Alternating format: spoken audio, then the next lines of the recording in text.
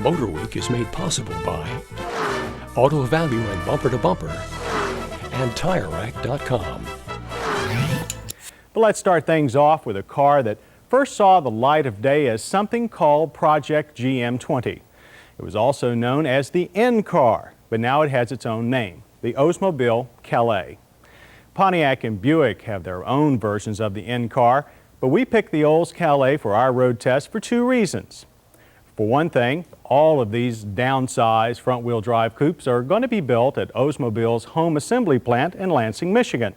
And for another, Olds already has one of the biggest selling front-wheel drive models of any GM division, namely the A-bodied Cutlass Sierra.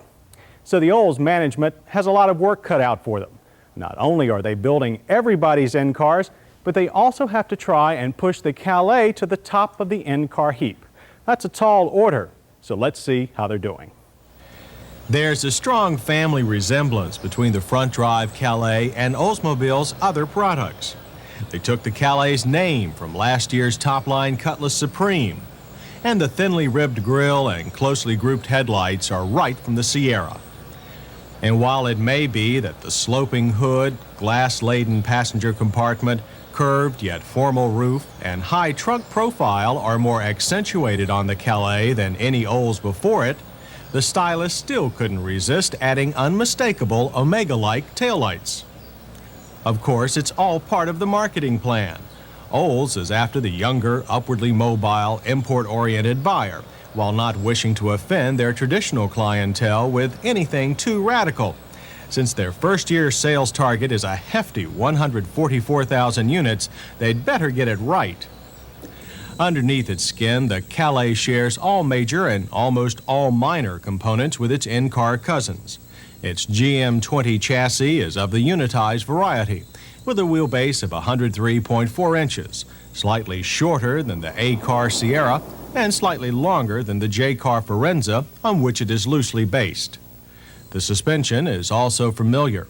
McPherson struts up front and a semi-independent twist-beam axle with coil springs on trailing arms in the rear. Olds engineers told us that they were allowed to tweak the suspension to taste. We took test drives in 4 early production cars with different combinations of options, drivetrains, and tires. They confirmed that all Calais have a ride quality that is stiffer than we would have expected from Olds, yet it is hardly harsh. The result is that the Calais corners quite flat, with only the usual amount of understeer that you expect in a family-oriented front-drive model.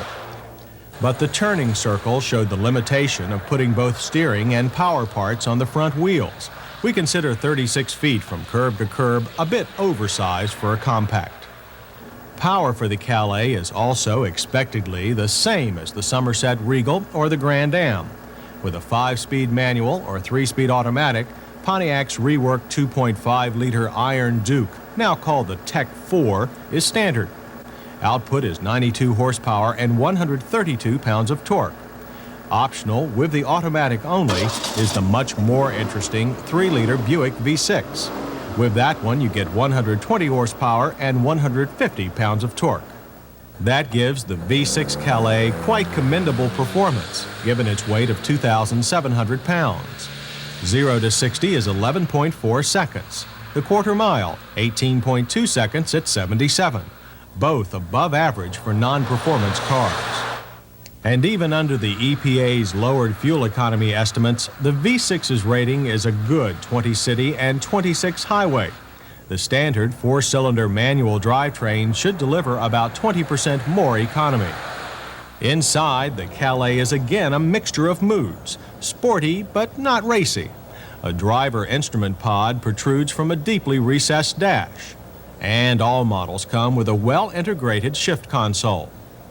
While standard instrumentation is about as basic as you can get, both an electronic package and full-gauge rally cluster will be offered.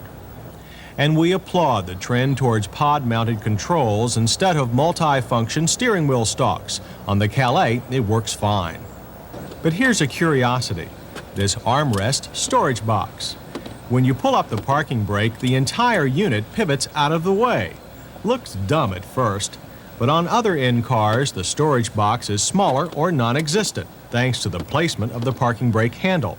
so Olds went this route for more storage space.